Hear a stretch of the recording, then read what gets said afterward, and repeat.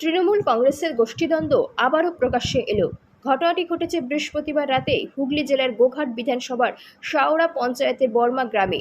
তৃণমূল কংগ্রেসের দুই গোষ্ঠীর সংঘর্ষের কারণে প্রায় 14টি বাড়ি ভাঙচুরের ঘটনা সামনে এসেছে।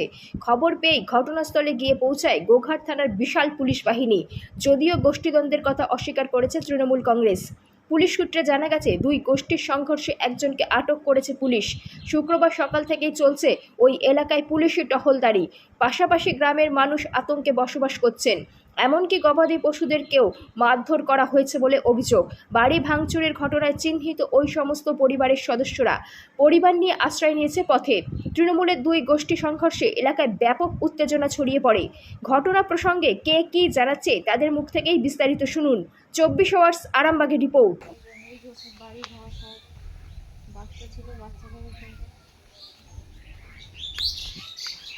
সিরাজুল, সৌরভ, হাসান আলী আর মুফাজ্জুল, এই চারজনে শুধু মেম্বারকে পদ থেকে হাঁটাতে পারেনি বললেই এইভাবে এত অত্যাচার করছে। আসল ঘটনা। আপনার নাম?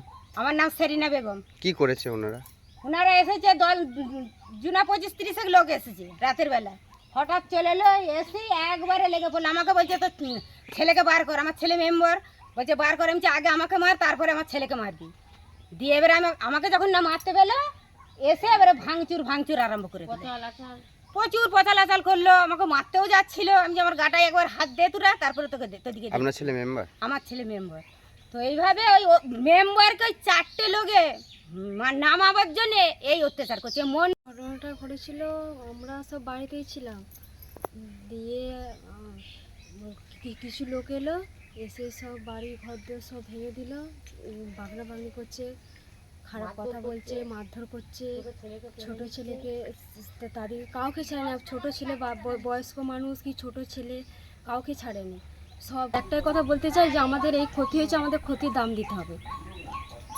আমরা এর থেকে বেশি আর কিছু বলতে চাইনি। ছিল বলতে আবদুল্লাহ হামজা হচ্ছে মেম্বার। এই মেম্বারের পদত্যাগ চাই। কিছুদিন আগে বলতে প্রায় মাসখানেক হয়ে গেল, একটা মার্ডার হয়েছিল আমার এখানে। মার্ডার হতে তাতে করে আমার ফ্যামিলির একজন আসামি আমরা জানতে পেরে সঙ্গে সঙ্গে পুলিশের হাতে অ্যারেস্ট করে দিই। তাতে করে আমরা এখনও বলছি, তখনও বলে এসেছি যে অপরাধীর ফাঁসি হয়ে যাক, কিন্তু আমরা নির্দোষী, আমাদের কেন হবে? কিন্তু সেটা থাকদামা খেলো। 2-3খানা গ্রাম বসে বললে ঠিকই আছে, এটা তো আমাদের বাইরে লয়। কিন্তু সেখানে যেহেতু আমাদেরই সাপোর্ট, তাহলে এদের তো আর কিছু বলার দরকার নেই। হঠাৎ মণ্ডল, মিতু, হাসান আলী, এইরকম এরা একটা চক্রান্তে, কি নেতা, ওদের ব্লক নেতাটার নাম আমি ভুলে যাচ্ছি বাবু, সেই নেতার নেতৃত্বে মণ্ডল একবারে রাতারাতি কালকে একবারে এক গাদা সব লেঠেল বাহিনী ঢুকিয়ে একবারে চুর করে একবারে 14খানা বাড়ি এইরকম অ্যাডভাস্টারে সব গুঁড়ো করেছে। আমার দেখুন, ঘটনাটা রাত্রি আমরা খবর পেয়েছি এবং সঙ্গে সঙ্গেই প্রশাসন সেখানে গেছে।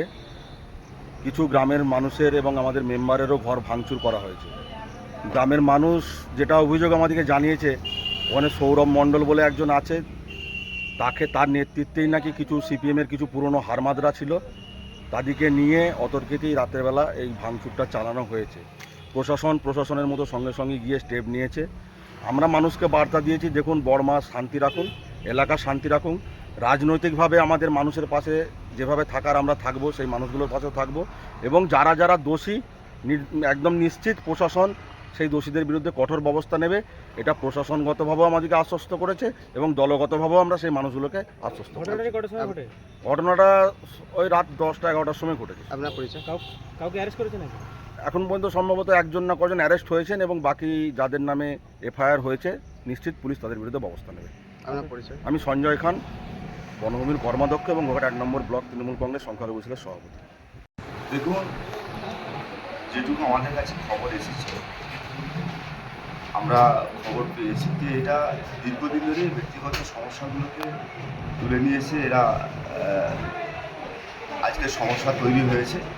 তো দলীয়ভাবে আমরা গ্রামের মানুষকে এবং তৃণমূল কংগ্রেস কর্মীদেরকে আমরা বার্তা দিয়েছি যে এলাকার শান্তি বজায় রাখতে হবে, গ্রামের শান্তি বজায় রাখতে হবে। সিপিএম এবং বিজেপি এরা সবসময় চাইবে এলাকার উত্তপ্ত করে এলাকার অশান্তি ছড়ানোর চেষ্টা করবে। আমাদের কর্মীদেরকে সজাগ থাকতে হবে এলাকার শান্তি রাখতে হবে। এই যে জয় হয়েছে, এই জয় বাংলার মানুষের জয়, সেই জয়কে অব্যাহত রেখে আমরা উন্নয়ন মানুষের কাছে পৌঁছে দেবো, শান্তি মানুষের কাছে পৌঁছে দেবো। এটা বারংবার আমাদের কর্মীদেরকে সংযত সৌরভ মণ্ডলের দিকে অভিযোগ উঠে আসছে, কি বলবেন? সৌরভ দেখুন, মণ্ডল তো আপনাদের দলের কর্মী একনিষ্ঠ, সেটা দল দায়িত্ব ছিলেন একসময়।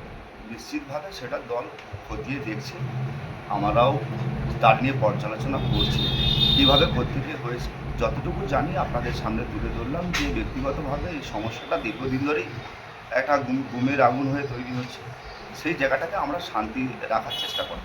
যাদের ঘর ভেঙেছে তারা বলছেন যে তৃণমূলের লোকজনই ঘর ভেঙেছে, তাহলে কি গোষ্ঠীদ্বন্দ্ব? গোষ্ঠীদ্বন্দ্ব কোনোভাবেই নয়।